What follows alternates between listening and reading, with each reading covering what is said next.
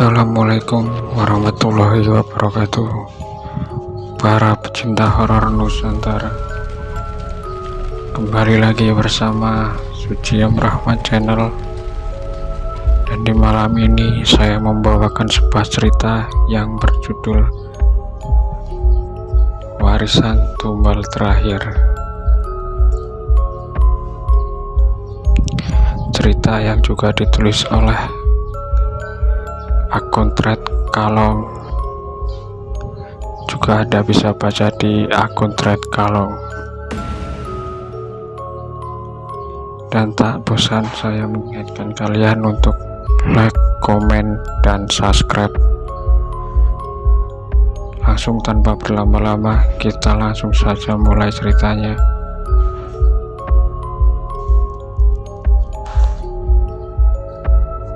Berlatar belakang tahun 1970-an lalu.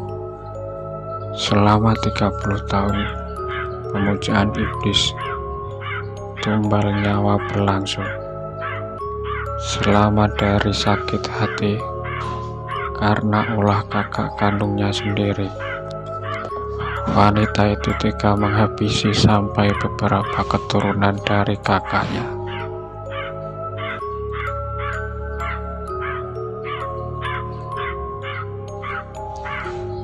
Bahkan kedua anak dan suaminya sendiri pun ikut dijadikan tumbal dari pemujaan iblis alas angker,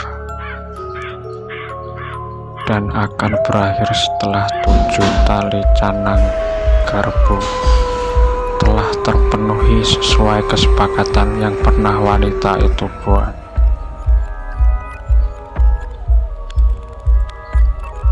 Aku ngerti jalur turunmu saka opo.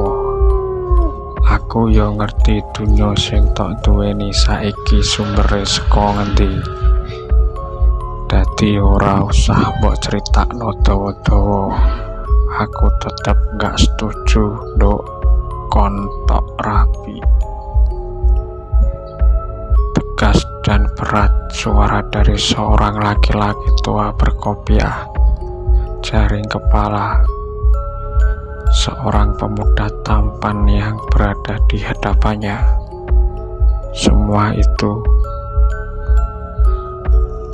pemuda itu sebentar tertunduk menatap lantai tanah tak rata sembari tangannya meremas pegangan kursi kayu. Jiwanya bergolak marah, hatinya panas mendidih mendengar penolakan dari lelaki tua berwajah datar yang ia impikan bakal jadi mertuanya. Sang pemuda semakin terbakar emosi kala lelaki tua itu kembali berbicara, sedikit menerangkan masa lalu dari kakek leluhurnya. Kepulaan asap kemenyan dari rokok gulungan yang dihembuskan. Perlahan sang lelaki tua tak lagi ia hiraukan, meski menyesakan dada. Ia rasanya saat itu berdiri dan mengumpat, terlebih menghantam bibir tebal hitam lelaki di hadapannya. Namun ia tahan, sebab ia sadar jika lelaki yang biasa dipanggil Mbah Soko bukanlah orang biasa. Terbukti dari penolakannya yang begitu berani dengan perkataan kasar tentang keluarganya. Padahal satu kampung, desa, atau bahkan tingkat kecamatan tahu siapa dirinya dan juga keluarganya. Aku ngerti sing tok pikir saiki. Aku yo ngerti nek kowe loro ati, nanging kowe yo kudu ngerti nek aku ora bakal lilo ngeculke anakku. Dadi tragis seruni keluargamu nang tanggal 13. Aku tahu yang kamu pikirkan sekarang. Aku juga tahu kamu sakit hati, tapi kamu juga harus tahu kalau aku tidak ikhlas merelakan anakku menjadi tragis seruning keluargamu di tanggal 13. Tersingkat terengah sosok pemuda biasa dipanggil Jasmoro mendengar kalimat yang baru saja dilontarkan Mbah Soko. Mripat abang lantangan ceker sing ngawal kowe tekan kene wis mulai do gemeruh mulya sadurunge tak bakar kabeh. Tegas lagi-lagi ucapan Mbah Soko yang segera menyadarkan Jasmoro akan keadaan di sekelilingnya terasa panas. Mata merah dan tangan cengger yang mengawalmu sampai di sini sudah mulai marah. Sekarang pulanglah sebelum saya bakar semua. Belum sempat ia berdiri menyahut Mbah Soko terlebih dahulu beranjak masuk ke dalam.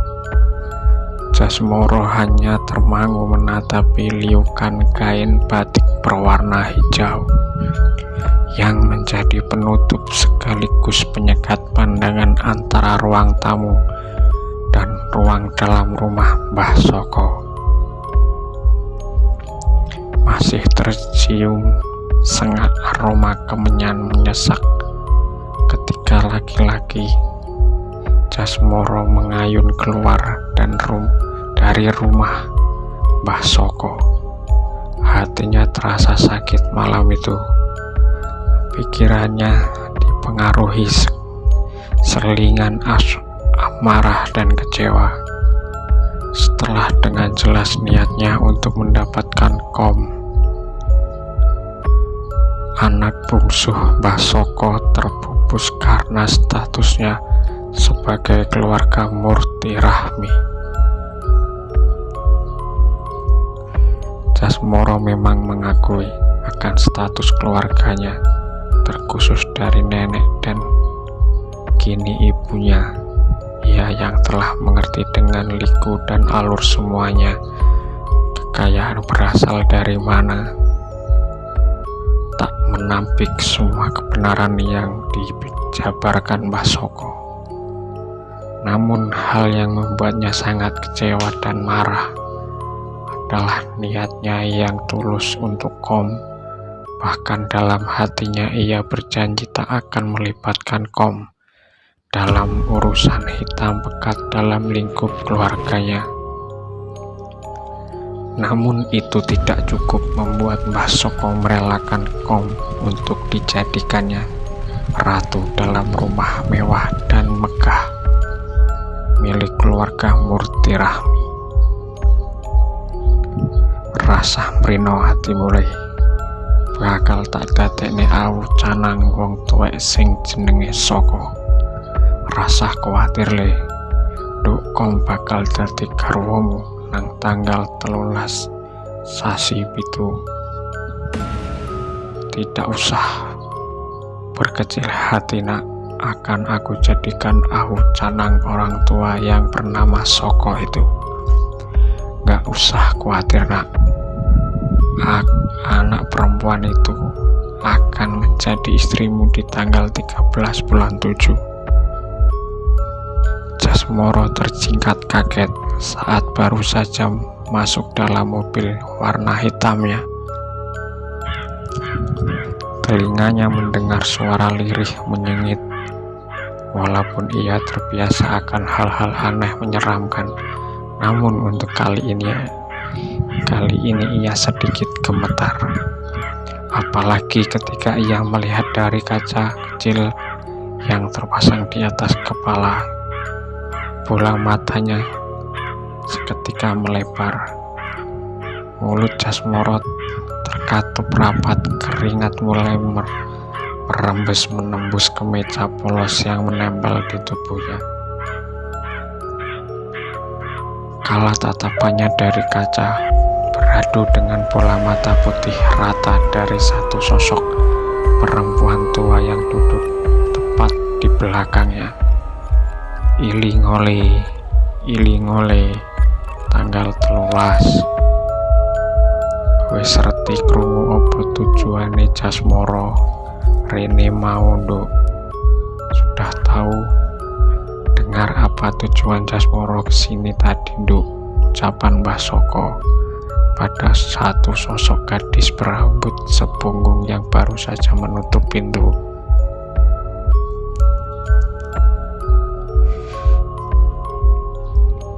Wis Pak, aku wis krungu nek Bapak nolak Mas Jas. Sudah Pak, aku sudah dengar kalau Bapak menolak Mas Jas. Ketus, sahut sang gadis berwajah ayu namun berbalut kerutan kecewa. Ayo krungu, opo alesane Bapak nolak lamarane Jas? Tapi ya dengar apa alasan Bapak nolak lamaran Jas? Ucap Mbah Soko sembari duduk dan meraih korek api di atas meja. Kepulan asap sebentar kemudian berkumpal-kumpal keluar dari bibir Mbah Soko. Aroma menyan dan kelembak pun seketika merebak memenuhi seantero ruangan tak lebih dari 3x3 meter berdinding papan. Akan tetapi hal itu seolah tak membuat sang gadis yang tak lain adalah Komala putri bungsu Mbah Soko terganggu. Ia kini malah terlihat mendekat dan duduk di samping sang bapak. Sebenarnya aku nggak kudu weruh urusan keluarganya Mas Jas. Pak, aku juga nggak ingin krungu cerita asal usule bondone wit saka simbahe mbiyen. Aku karo Mas Jas iki padha senenge, padha nrimone, dadi nggak enek masalah. Sebenarnya aku tidak harus tahu urusan keluarganya Mas Jas. Aku juga nggak ingin dengar cerita asal-usul hartanya mulai dari kakek neneknya dulu. Aku sama Mas Jas saling menyukai, sama menerimanya, jadi nggak ada masalah, ucap Komala pelan dan sedikit melas.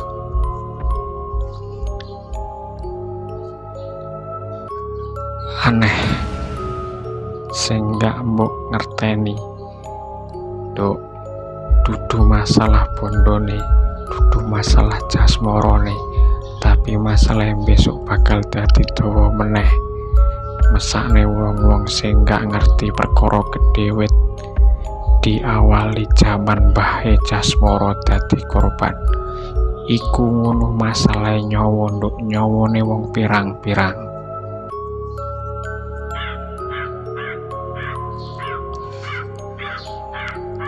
Banyak yang tidak bisa kamu mengerti, Nduk.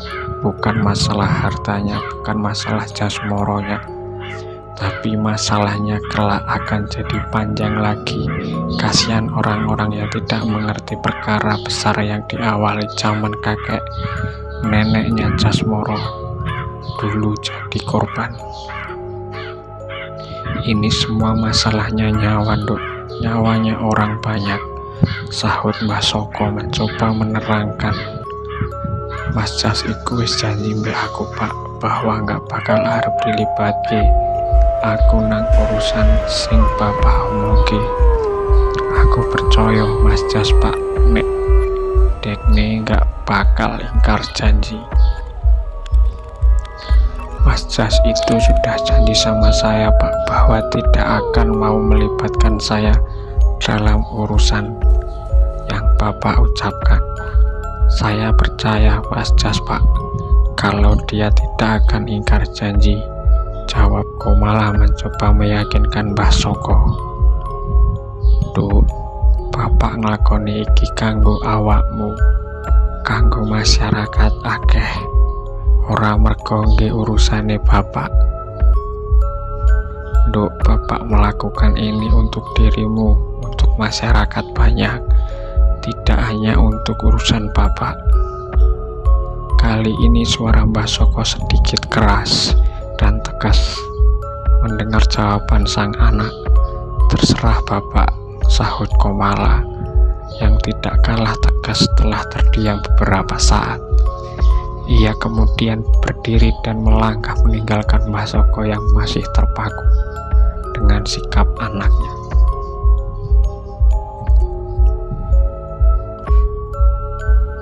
Helaan nafas begitu berat terhempas dari dada terbungkus kulit keriput, menandakan bahwa banyak gumpalan beban di dalamnya. Sejenak suasana terasa hening. Tak terdengar lagi suara deru motor berseliweran dari jalan desa yang berjarak seratusan meter dari kediaman sederhananya. Di samping waktu yang memang telah larut malam itu, setelah kedatangan Jasmoro, Mbah Soko merasakan hal-hal lain dari mulai hawa di dalam rumah sampai luar sekelilingnya. Sejenak Mbah Soko terdiam sembari menatap ke arah pintu, sebelum tubuh tuanya bangkit dan melangkah mendekat. Ia terlihat berani, namun saat akan membuka kancing pintu yang terbuat hanya dari paku melintang, ada keraungan tersirat dari wajahnya. "Apa Rahmi wis melu-melu urusan iki? Apa Rahmi sudah mulai ikut-ikutan urusan ini?" Kuman Mbah Soko sesaat setelah hidungnya membau sesuatu. "Cilaka nek pancen Rahmi wis ngrungsek perkara iki. Celaka kalau memang Rahmi sudah turun tangan urusan ini," seru lirih Mbah Soko kembali pada dirinya sendiri. Kletek kriat, akhirnya pun Mbah Soko dengan keberanian rasa penasaran membuka pintu. Tapi tak lama wajah tua miliknya yang awalnya tegang terlihat memucat kala menatap ke halaman tak seberapa luas depan rumahnya. Disambut sebuah tandu berwarna hitam dengan 4 lelaki kekar bertelanjang dada yang memanggulnya. Semilir angin seharusnya sejuk nan dingin dirasa panas menyapu seluruh kulit Mbah Soko, apalagi saat sehelai kain hitam menutup depan tandu. Terbuka siutan angin kencang dibarengi aroma busuk bercampur amis menyengat, langsung membuat tubuh Mbah Soko goyah mundur masuk kembali ke dalam. Tak lama Mbah Soko merasakan tubuhnya kaku. Darahnya seakan terhenti mengalir kala melihat suatu sosok wanita rentan berbola mata putih rata dengan helaian rambut memanjang seakan tanpa ujung turun dari tandu. Sosok wanita tua itu melangkah perlahan. Tak terdengar suara langkah kakinya, hanya suara gesekan rambut. Sumber bau busuk yang menyapu tanah halaman sedikit berpasir. Sosok itu terus mendekat ke arah tempat Mbah Soko berdiri. Bola matanya putih menatap, nyalang penuh makna, seolah menguraikan amarah yang bergemuruh terhadap diri Mbah Soko. "Aku wis ngampuni bapakmu mbiyen Soko, malahan tak kei kesempatan kanggo turunane padha urip normal, tapi saiki kowe kawanen nampik putuku. Lawang karbo itu wis terbuka. Tanggal 13 sasi 7 kudu enek tetelan. Kowe wani arep medhot sak lembar nyawa, tuwamu kuwi ra bakal cukup ngombayar. Aku sudah mengampuni bapakmu dulu Soko, malah saya diberi kesempatan buat keturunannya bisa hidup normal, tapi sekarang kamu terlalu berani menolak cucuku. Pintu gerbang 7 sudah terbuka. Tanggal 13 bulan 7 harus ada pengikat. Kamu berani ingin memutusnya. 1 lembar nyawa tuamu itu gak akan cukup untuk membayar. Nyaring dan lirih suara sosok tua itu membisik di telinga kanan Mbah Soko, namun lain dirasa oleh gendang telinganya. Dirinya merasakan seperti tertusuk besi panas yang masuk pasca dalam, membuat matanya melotot seakan merasakan sakit luar biasa. Tak cukup sampai di situ, Mbah Soko pun merasakan indera penciuman tiba-tiba panas, seperti ada sesuatu yang mengalir keluar. Dirinya pun akhirnya menyadari jika sesuatu itu adalah darah segar dari 2 lubang hidungnya. Ia tahu jika aroma busuk dari helaian rambut sosok tua itu tak kuat ia cium sehingga menyebabkan darahnya menetes. Kowe tetep tak ambuni saiki, mergo aku butuh kowe nang sasi 7 tanggal 13. Iki dadi peringatan kanggo kowe, nyadarne kowe yen keturunanmu kudu dadi tali pengikat lawang gerbo sing tak gawe wani polah ra bakal selamat.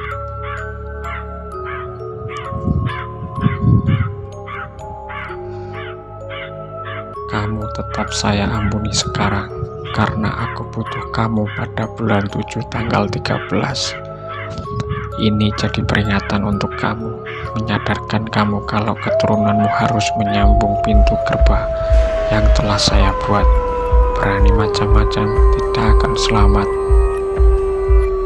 Lagi suara sosok wanita tua itu membisik lirih, tapi terdengar melengking di telinga Mbah Soko, membuat tubuhnya semakin kaku dan tak berdaya.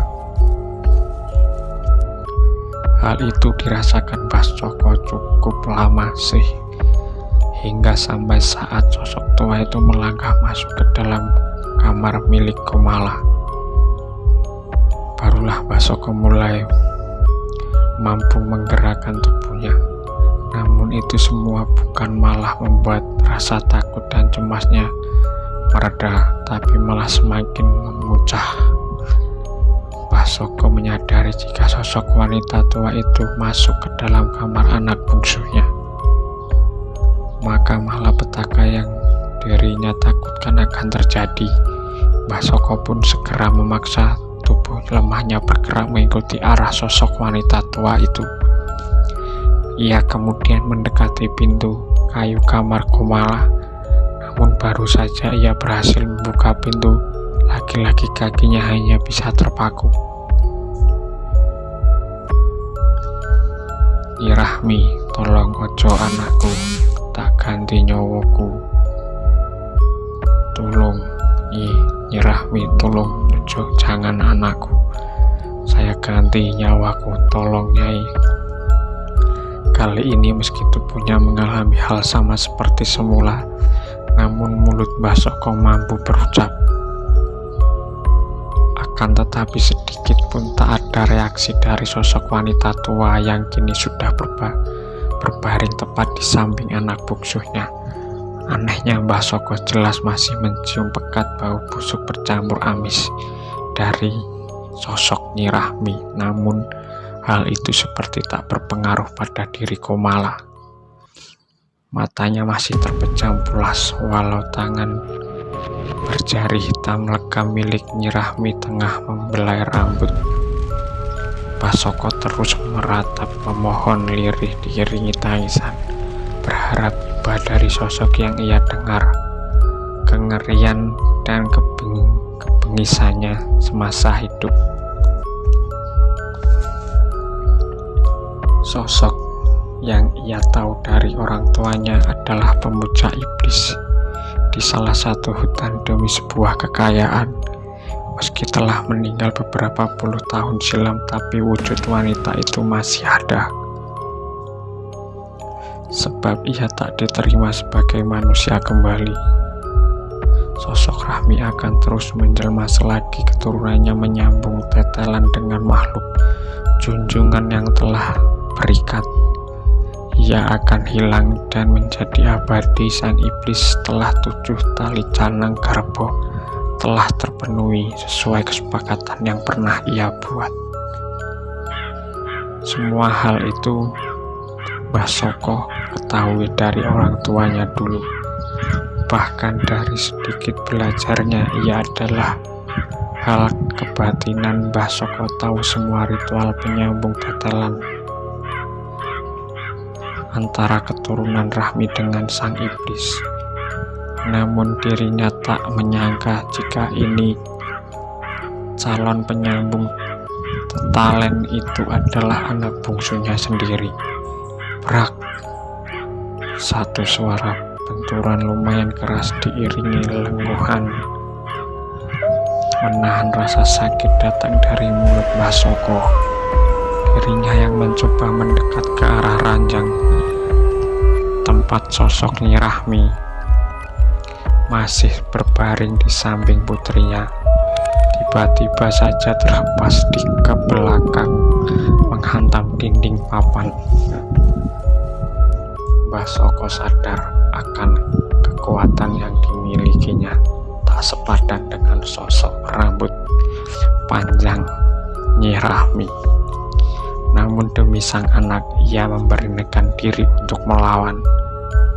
Berkali-kali Mbah Soko bangkit dan mencoba mendekat, tapi kembali ia terhempas sampai akhirnya sebuah lengkingan tawa ngikik dari sosok Nyi Rahmi membuat tubuh rentat berbalut kulit keriput. Mbah Soko tak mampu lagi untuk berdiri.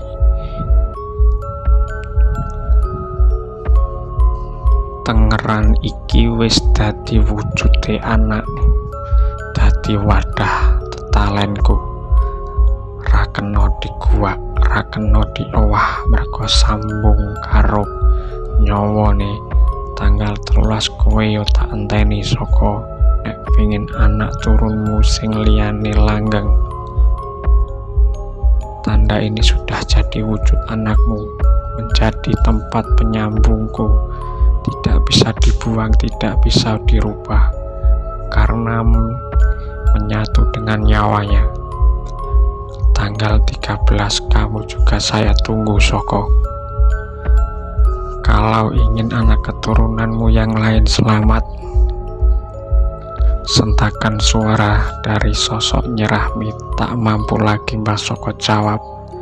Hanya sorot mata sayunya mengiring kepergian sosok Nyi Rahmi yang seolah melayang menembus dinding papan rumahnya menuju ke arah depan.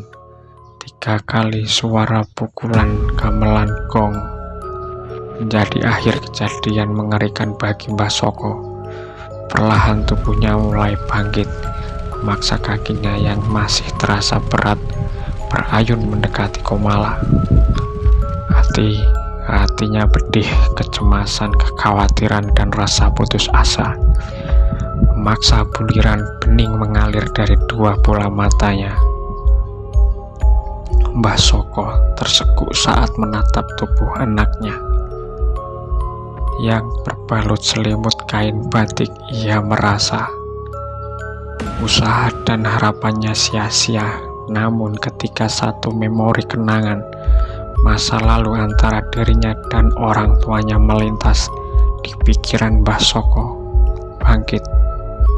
Ia seperti mengingat sesuatu yang kembali membangkitkan secercah harapan untuk keselamatan keluarganya, terkhusus Komala.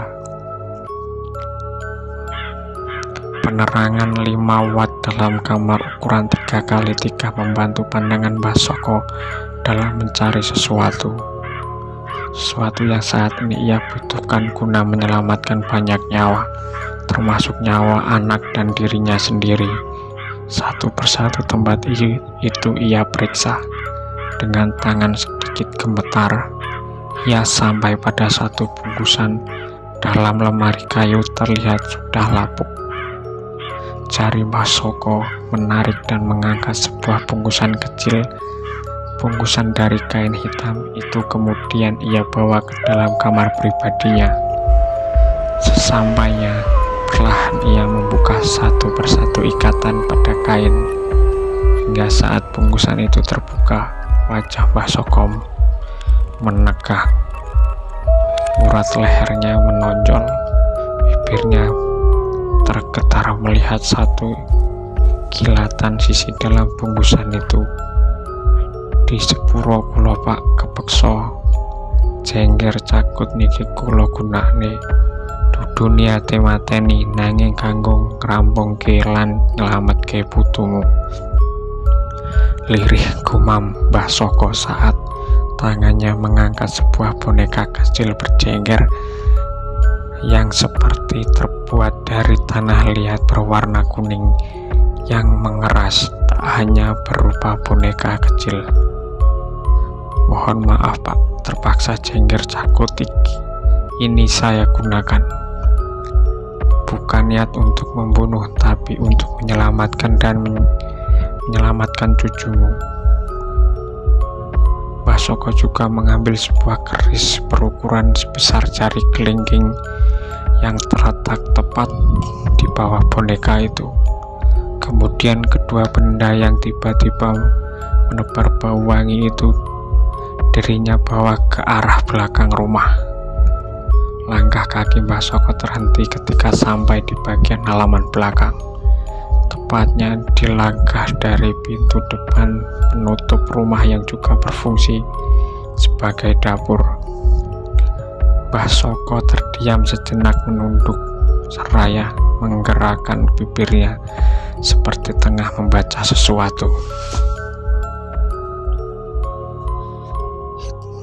Hitungan 90 detik kemudian Mbah Soko duduk bersilam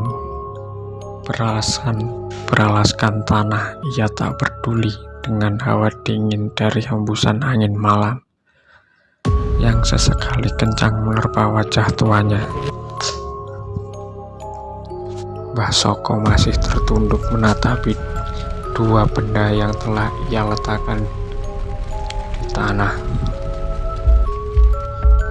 Dada kurusnya bergemuruh, nafasnya tersengal dan sesekali terputus, seolah menahan satu beban hingga sampai pada 3 tarikan nafas. Tiba-tiba suasana di sekitar tempat itu berubah. Angin dini hari mulai bergemuruh beriring sesekali kilatan. Taluh-taluh mulai terdengar menyahuti suara tawa ramai anak kecil yang entah dari mana asalnya. Namun hal itu tak membuat Mbah Soko bergeming. Bahkan ia terlihat semeringah kala satu tawa panjang menggema di antara suara tawa anak-anak itu. Tengah Mbah Soko cepat-cepat meraih keris kecil berwarna hitam saat suara tawa itu masih terdengar. Tanpa ragu ia segera menggoreskan ujung keris pada lengan keriputnya yang berakibat luka kecil dan melelehkan darah merah. Tak membuang waktu, Mbah Soko segera melumuri keris dan boneka berjengger itu dengan darahnya sendiri, sembari mulutnya menyebut sebuah nama dan kalimat mantra yang diulang-ulang. Setelah semua bagian terlumuri darah, Mbah Soko kembali diam menunduk. Sama halnya dengan suara tawa yang mereda, namun tak berapa lama wajah Mbah Soko mendongak menatap lurus ke depan pada sepasang kaki hitam yang telah ada di depannya. Tak jokone kabeh sing ono, kok kini mergo kowe wis nangekke aku lan anak-anakku, tapi kowe kudu ngerti yen aku karo anak-anakku butuh mangan. Saya akan lindungi semua yang ada di sekitar sini, karena kamu sudah membangunkan aku dan aku, anak-anakku. Tapi kamu harus tahu kalau aku dan anak-anakku butuh makan. Satu suara cempreng terbatas sedikit mengejutkan Mbah Soko. Sesaat ia pun mendongak wajahnya ke atas melihat ke arah sumber suara, yang juga sang pemilik kaki kurus hitam berbulu di depannya. Sungguh, meskipun dengan melotot dan memejamkan bola matanya, tapi Mbah Soko tetap tak dapat melihat wajah dari wujud makhluk itu. Yang ia tangkap dari pandangannya hanya beberapa wujud anak kecil bergelantungan pada kedua tangan hitam sosok itu. Anak-anak itu tampak riang sembari tertawa berlompatan dari tangan kanan ke tangan kiri. Tubuh mereka sama kurus dan panjang. Wajah mereka nyaris tak berindra, hanya terdapat satu lubang di bagian mulut dan dua lubang pada indera penglihatan, namun tak berbola, tak bertelinga, dan tak sehelai rambut yang menempel pada kepala. Tapi terdapat gumpalan-gumpalan besar ibu jari kaki seperti jengger. Mbah Soko tahu siapa-siapa makhluk itu, akan tetapi itu baru sebatas cerita dari orang tuanya. Dan kini, demi melindungi keluarganya, ia harus berurusan dengan makhluk yang telah ditidurkan oleh orang tuanya puluhan tahun. "Kulo ngertos buyut, saya tahu eyang buyut," sahut Mbah Soko pelan, yang disambut tawa dari sosok itu. Mbah Soko cepat-cepat menggali tanah berpasir di hadapannya setelah suara tawa dari makhluk itu mereda. Pun dengan wujudnya yang sudah menghilang, dua jengkal lubang tak seberapa lebar yang hanya cukup untuk boneka dan keris pertumbangan akhirnya telah selesai. Mbah Soko lalu mengubur dua benda itu, dan setelahnya ia kembali ke dalam tanpa menyadari jika ada sepasang mata bening yang menatap dirinya dari seberang pekarangan batas pagar anyaman bambu. Pemilik dari sepasang bola mata itu tampak marah, kelihatan dari wajah tegasnya, mengurat penuh dendam, tangannya mengepal kuat, mencerminkan kesiapan dalam kekerasan. "Tuwo au ra kena diapiki, malah jaluk perang alus. Tua tidak bisa diajak baik-baik, malah minta perang halus," umpat sang lelaki yang masih menatap ke arah halaman belakang rumah Mbah Soko dari celah pagar bambu. Setelah puas dengan umpatan dan cacian, lelaki itu kemudian beranjak pergi meninggalkan pekarangan milik warga yang berbatasan dengan tanah Mbah Soko, berjalan menembus gelapnya malam khas pedesaan. Sesampainya di depan gerbang masuk desa, lelaki itu kemudian masuk ke dalam sebuah mobil hitam yang telah terdapat seorang sopir di dalamnya. Tak lama mobil itu pun melaju berputar arah menuju barat desa, melewati perjalanan tanah berlubang dengan hamparan sawah kanan kiri. Tak sampai 40 menit mobil itu berbelok dan masuk ke sebuah gapura berukir bersayap pagar tembok setinggi 2 meter. Keliling membentuk persegi sampai 200-an meter. Mobil itu melaju pelan dan berhenti di sebuah garasi. Tak hanya satu, ada beberapa mobil lain yang terparkir di garasi itu, menandakan jika sang pemilik bukanlah orang sembarangan. Mengingat dari deretan mobil dan rumah besar megah berpagar tembok rapat keliling, lelaki yang tak lain adalah Jasmoro. Berjalan cepat masuk ke dalam rumah, pintu kayu jati mengikat. Setelah turun dari mobil pribadinya, wajahnya masih terlihat marah dengan kelihatan api kemarahan pada sorot matanya. Ia terus melangkah menyusuri lantai rumah milik orang tuanya yang beralaskan marmer motif batu alam. Pecah mengkilap sunyi hening seolah tak berpenghuni rumah besar nan megah itu. Hanya terdengar langkah Jasmoro bersahut detikan jam dinding berbungkus kayu di sudut ruang tamu utama.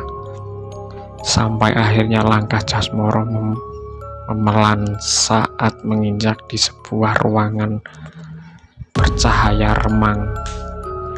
Jasmoro kemudian berhenti sejenak dan terdiam. Ia seperti ragu untuk lebih mendekat ke arah pintu berwarna coklat tua itu. Namun mengingat kembali apa yang sudah ia lihat tentang ritual Mbah Soko, Jasmoro akhirnya meneruskan langkahnya. "Malbuole, ibu wis nunggu wit mau. Masuklah nak, ibu sudah menunggu dari tadi." Belum sempat Jasmoro menyentuh handle pintu, satu suara lembut dari dalam memantapkan langkahnya. "Ibu," ucap Jasmoro setelah membuka pintu dan berdiri 2 langkah dari sosok perempuan yang tengah duduk di atas kursi goyang dengan posisi membelakangi. "Ibu wis ngerti, tapi ojo kuatir le, ibu karo eyangmu gak bakal meneng wae. Saiki awakmu mlebu nang pendopo 5. Istirahat to sewengi iki, wis wayahe awakmu ketemu eyangmu. Mergo awakmu bakal dadi peneruse. Ibu sudah tahu, tapi jangan khawatir. Ibu sama eyangmu tidak akan tinggal diam. Sekarang kamu masuk ke pendopo 5. Istirahatlah semalam. Sudah saatnya kamu bertemu eyangmu karena kamu akan menjadi penerusnya." Pelan dan penuh wibawa, suara dari sosok perempuan dengan masih pada posisi membelakangi Jasmoro.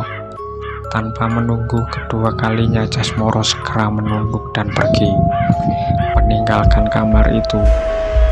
Ia kembali berjalan menyusuri ruang demi ruang, sampai pada ruangan terakhir di belakang. Jasmoro pun terus melangkah keluar tanpa memperdulikan apapun. Ia baru berhenti ketika sampai pada sebuah bangunan cukup besar berdinding papan. Kayu berukir dari mulai tiang penyangga hingga atap. Meski tak ada penerangan langsung di sekeliling tempat itu, namun dari sorotan cahaya lampu bakar tampak ruangan itu begitu terawat. Jasmoro segera melangkah, menaiki 3 tangga kayu menuju pintu. Tangannya segera mendorong pelan pintu sisi kanan sebelum tubuhnya hilang masuk ke dalam. Ruangan yang bila dilihat secara batin terang benderang dengan kilauan cahaya berpendar perak keemasan serta terdengar alunan gamelan pengiring tembang-tembang Jawa halus. Nyaring bersautan suara kokok ayam mengawali pagi setelah lantunan azan subuh dari tiap masjid selesai, menjadi penandal bagi para penduduk desa guna mulai beraktivitas di dapur maupun di dalam rumah. Hal yang sama biasa dilakukan oleh Mbah Soko dan Komala, mereka yang hanya berdua setelah kakak Komala memilih merantau bersama sang istri, selalu berbagi tugas dalam kegiatan sebelum surya terbit. Tapi pagi itu hal berbeda dan tak biasa dirasakan oleh Mbah Soko. Dirinya yang telah terbangun tak mendapati anak gadisnya yang biasa duduk menanakan nasi di depan tungku. Mbah Soko segera bergegas menuju kamar sang anak. Demi memastikan setelah beberapa tempat ia datangi, namun tetap tak mendapati sosok Komala. Semenit kemudian, nafas Mbah Soko nampak lega, raut wajahnya pun terlihat tenang saat melihat tubuh sang anak masih terbaring lengkap dengan selimut kain batik. Mbah Soko akhirnya mengalah, menggantikan tugas yang biasa dilakukan Komala. Dirinya menduga jika Komala masih marah atas penolakan lamaran Jasmoro, sehingga tak mau melakukan tugas rutinnya. Tak ada rasa lelah yang ditampakkan dari tubuhnya. Semua tugas ia lakukan dengan cekatan, meski malam itu dirinya hanya beristirahat tak lebih dari 2 jam. Bola besar ciptaan Tuhan akhirnya muncul bersamaan dengan selesainya semua pekerjaan rumah yang dikerjakan sendiri Mbah Soko.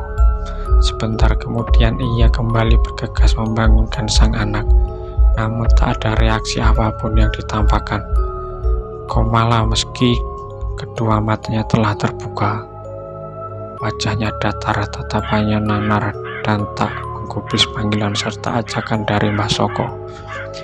Mbah Soko yang menyadari ada keanehan dalam diri Komala memilih untuk meninggalkan kamar sang anak.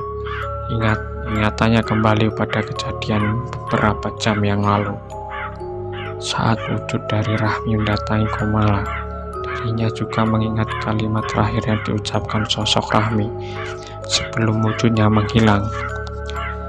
Ada kekhawatiran yang muncul dalam benak Mbah Soko, meski ia telah memagari sekeliling kediaman rumahnya dengan salah satu peninggalan orang tuanya yang ia tahu mempunyai kekuatan. Tetapi mengingat yang tengah ia hadapi adalah perwujudan dari sosok iblis, haus darah dan nyawa, rasa was-was pun tak dapat lepas dari benaknya. Hari itu dilalui Mbah Soko dengan perasaan tak menentu.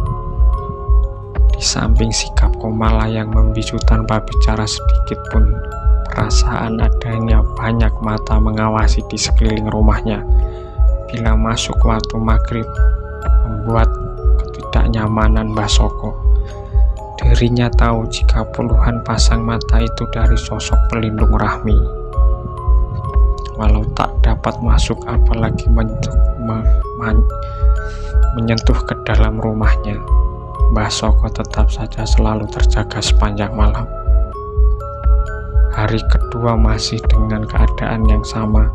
Sikap dari Komala dan suasana luar rumah Mbah Soko tetap tak berubah. Masuki hari ketiga saat fajar mulai meredup. Seperti biasa, Mbah Soko berkutat dengan berbagai macam hewan peliharaannya yang memang sangat menyukai dalam beternak. Salah satu meluangkan waktu untuk mengurus diri, tapi di sore itu dirinya yang baru saja mulai memasukkan hewan ternak belinya ke dalam kandang tiba-tiba merasakan hal yang berbeda. Mbah Soko mencoba menepis dan tak memperdulikannya. Ia tetap merampungkan memasukkan semua hewan peliharaannya hingga lantunan tarhim berkumandang dari masjid desa. Namun baru saja Mbah Soko akan beranjak dari kandang sederhana buatannya, satu suara sedikit mengejutkan juga membuatnya sumringah. "Pak, enek sing goleki, Pak, ada yang mencari." "Sopo, Nduk?" "Siapa, Nduk?" jawaban Mbah Soko sembari tersenyum saat tahu Komala, anaknya yang sudah 2 hari hanya diam, akhirnya mau berbicara. "Kang Roji, kae saiki nunggu nang ngarep." "Kang Roji itu sekarang nunggu di depan," sahut Komala sembari memutar tubuhnya kembali masuk. Mbah Soko pun segera bergegas mengikuti. Dari belakang kakinya langsung mengayun ke ruang depan dan menemui seorang lelaki 40-an yang tengah berdiri di ambang pintu. "Mlebu Ji, masuk Ji," sapa Mbah Soko pada lelaki satu RT dengannya. "Ampun Mbah, mriki mawon. Karangane waktune pun peteng niki kula dikengken Pak Rudin, mengke jenengan disuwuni tulung kangge nderek acara slametan ba'da isya wonten daleme. Sudah di sini saja, berhubung waktunya sudah gelap. Ini saya disuruh Pak Rudin, nanti Mbah Soko diminta tolong untuk ikut acara selamatan setelah isya di rumahnya. Ucapan lagi bernama Rosi menyampaikan maksud kedatangannya. Oh iya Ji, insyaallah engkau tak mangkat, matur nuwun Ji, wis nyampe no. Oh iya Ji, insyaallah nanti berangkat, terima kasih Ji sudah menyampaikan. Ji Mbah, sami-sami. Ya Mbah, sama-sama.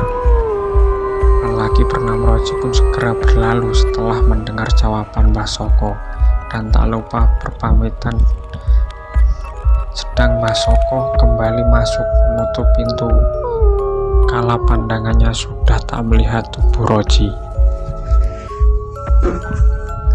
Kakinya kembali melangkah ke arah belakang, berniat untuk memastikan keadaan seluruh rumahnya.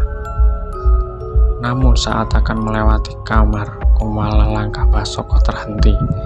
Kulit wajahnya yang keriput melihat semakin merengut. Ketika satu suara merdu berdendang lagu macapat dari arah dalam kamar anaknya. Rasa heran dan penasaran segera bergelayut dalam diri Mbah Soko. Ia tahu anaknya tak pernah sebelumnya belajar ataupun menghafal lagu Jawa halus yang jarang orang-orang tahu, apalagi orang-orang seumuran Komala. Suara itu semakin lirih namun semakin nyaring dan jelas layaknya seorang sinden, membuat Mbah Soko tak dapat menahan lagi keingintahuannya, dan tak ada yang aneh saat mata Mbah Soko mengitari seluruh ruangan kamar Komala.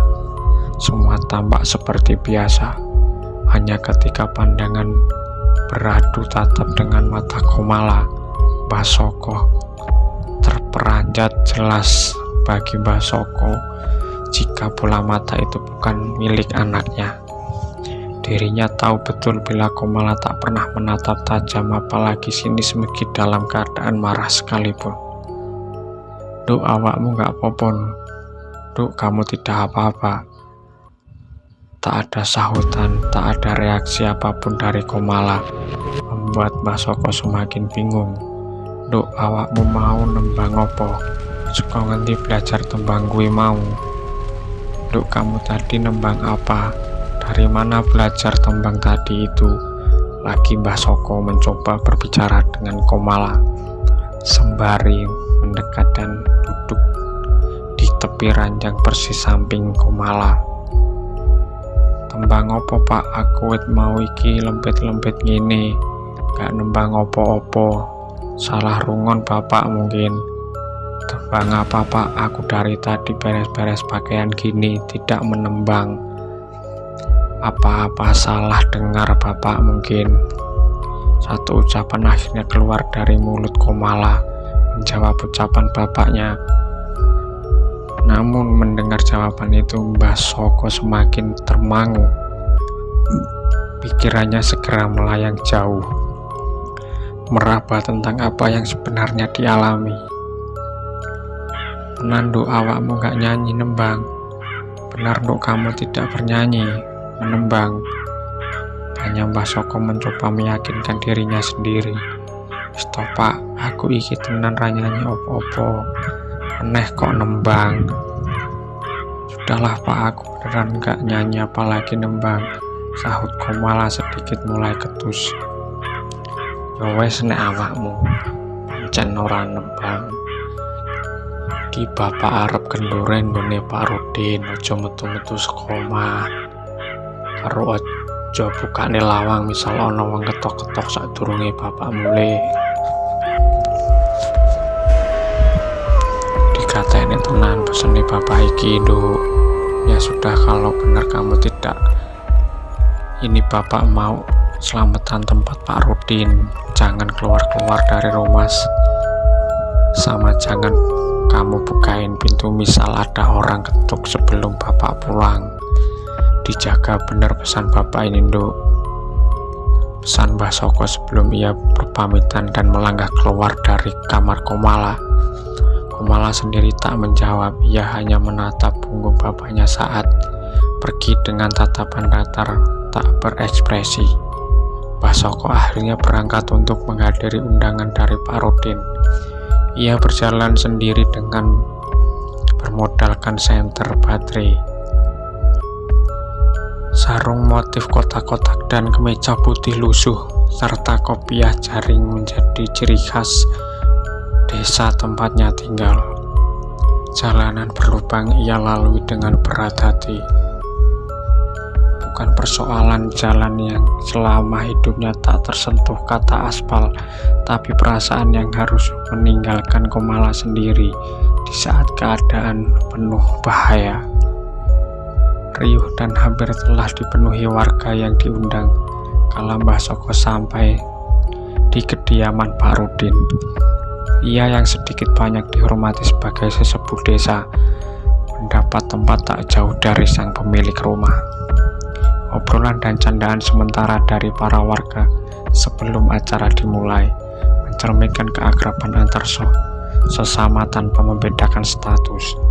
Meski mereka mayoritas hidup dalam taraf menengah ke bawah. 15 menit kemudian acara pun akhirnya dimulai. Mereka dengan kusuk mendengarkan kalimat demi kalimat tentang tujuan Bapak Rudin disampaikan oleh seseorang ustadz muda. Setelah selesai acara inti pun dimulai dengan dipimpin seorang kiai sedikit lebih muda dari Mbah Soko. Acara demi acara pun berjalan lancar sampai pada acara penutup yang kembali disampaikan ustadz muda setelah puluhan bait doa selesai dibaca dengan kusuk oleh sang kiai. Satu persatu warga pun berpamitan dengan menenteng bungkusan kantong plastik yang berisi sodakoh berupa makanan khas sebuah acara. Para warga bersukacita masih dengan candaan di sepanjang perjalanan pulang, namun tidak untuk Mbah Soko. Ia yang memang dikenal sedikit pendiam memilih untuk menjadi pendengar obrolan dari warga lain yang kebetulan satu arah di jalan pusat desa. Sekitar 10 menit berjalan kini hanya tinggal Mbah Soko dengan seorang tetangga yang berjarak ratusan meter rumah keduanya. Dan tak lama setelah sang tetangga sampai di rumahnya, Mbah Soko mempercepat ayunan langkah kakinya. Mbah Soko yang sedari berangkat merasakan badannya tak enak. Dia rasanya semakin besar ketidaknyamanan itu. Satu dua ketakutan, ketukan pintu di papan rumahnya tak ada jawaban. Mbah Soko pun memilih mendorong pintunya yang tak terkunci dan melangkah masuk, masih sembari memanggil nama Komala. Sunyi suasana rumah Mbah Soko, meski sebenarnya hal itu terjadi setiap malam. Namun malam itu Mbah Soko merasakan kesunyian lain dari malam biasanya. Mbah Soko segera berpijak menuju kamar Komala. Setelah meletakkan bungkusan makanan yang ia bawa dari rumah Pak Rudin di atas meja papan lapuk, biasa untuk tempatnya bersantap sambil meneguk segelas teh tubruk. Suara gemersak pertama terdengar di telinga Mbah Soko dari arah kamar Komala. Saat itu mulai mendekat, sebentar Mbah Soko terdiam,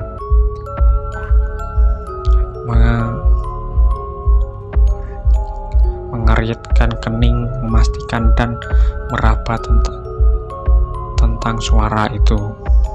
5 tarikan nafas kemudian Mbah Soko memutuskan masuk. Tak ada apapun, tak ada siapapun dalam kamar Komala. Akan tetapi satu hal yang membuatnya terperanjat, disertai dada bergemuruh.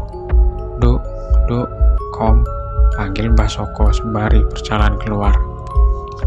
1-2 panggilan Mbah Soko tak ada sahutan. Ia masih terus memanggil dan mencari sampai ke arah belakang, dan tepat ketika dirinya akan melewati pintu, Mbah Soko berpapasan dengan Komala yang hendak masuk. Sekondi awakmu, Nduk? Dari mana kamu, Nduk? Adus, Pak. Mandi, Pak. Jawab jujur, enak opo iki mau? Jawab jujur, ada apa ini tadi? Seolah tahu akan sesuatu yang terjadi, Mbah Soko mulai mendesak Komala dengan tegas. Komala sedikit terperanjat mendengar pertanyaan papanya yang sedikit keras. Wajahnya mulai menegang, namun ia mencoba tetap tenang. Komala tak menjawab lagi pertanyaan bapaknya. Ia memilih berjalan masuk ke dalam kamar. Ingin mengganti pakaian, belum sempat ia melepas kain sarung dan handuk yang menempeli tubuhnya, Mbah Soko sudah kembali di ambang pintu kamarnya dengan wajah yang mulai memerah. Jawab, Nduk, enek opo mau? Jawab, Nduk, ada apa tadi? Lagi Mbah Soko mengulang pertanyaan yang sama. Berharap akan jawaban dari Komala, namun sekali lagi Komala hanya diam. Ia duduk membelakangi sang bapak dan hanya bertunduk. Awakmu wis wani nglanggar tantanan adab, Nduk. Sopo? Karo sapa awakmu mulai nglakoni? Jawab, Nduk. Kamu sudah berani melanggar aturan beradab, Nduk. Siapa? Dengan siapa kamu lakukannya? Jawab, Nduk. Kali ini suara Mbah Soko menggelegar. Dirinya benar-benar yakin dengan sikap diamnya Komala bahwa dugaannya diiyakan. Mbah Soko cepat melangkah mendekat ke arah jendela tanpa teralis kamar anaknya yang masih terbuka. Sebentar, ia melongokkan kepalanya keluar dari dan mengedarkan pandangannya ke sekeliling.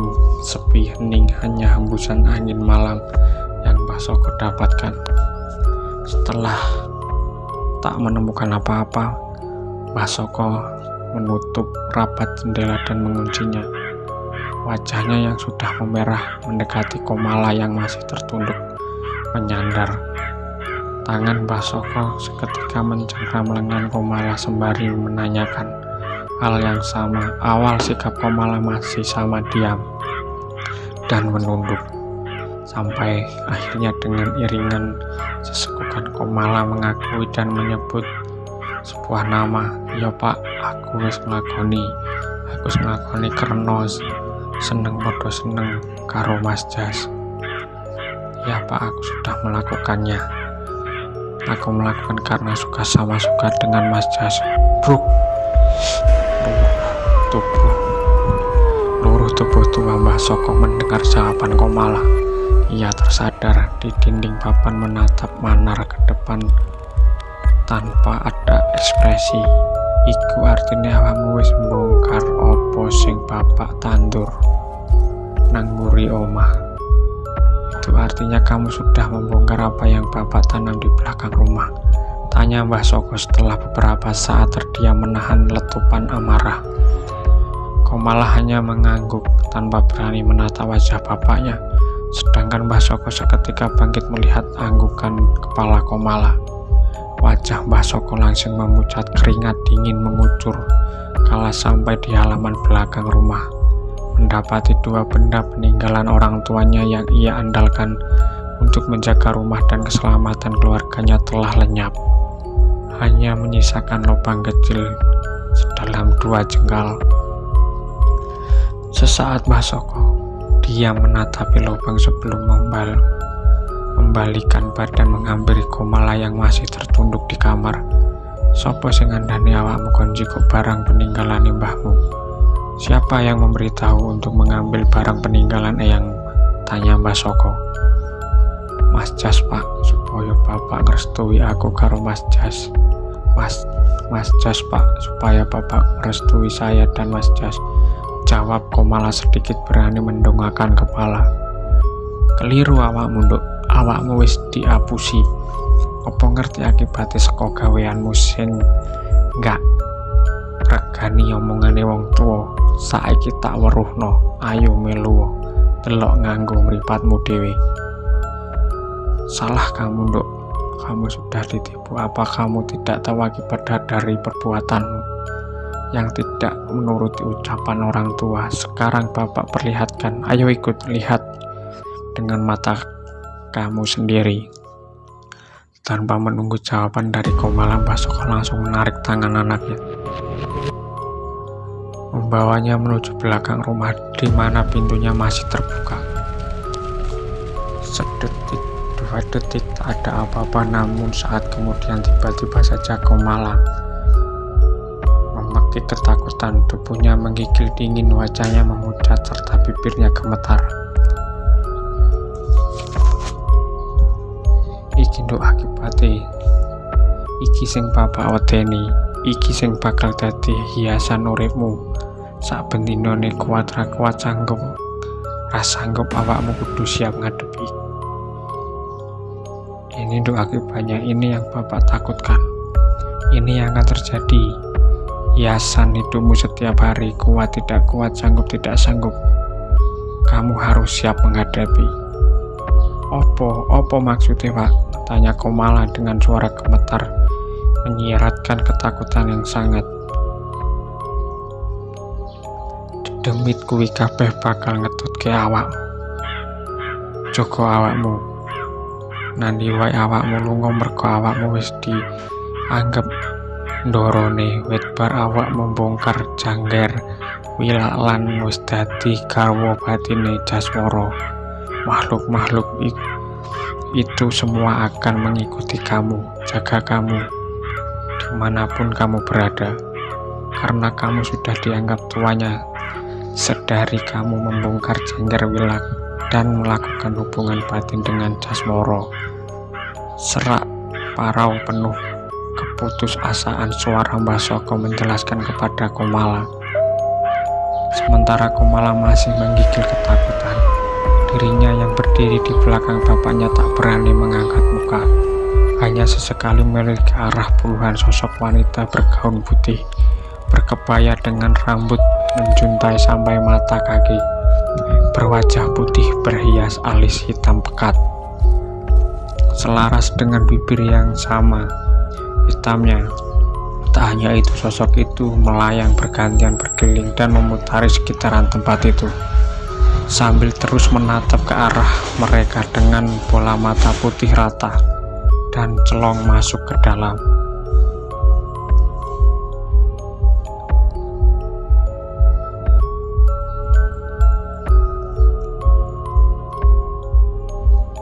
Oke teman-teman, sampai di situ dulu cerita horor kali ini. Tunggu lagi cerita-cerita horor berikutnya, dan jangan lupa klik tombol like, komen, dan subscribe-nya teman-teman. Oke, wassalamualaikum warahmatullahi wabarakatuh.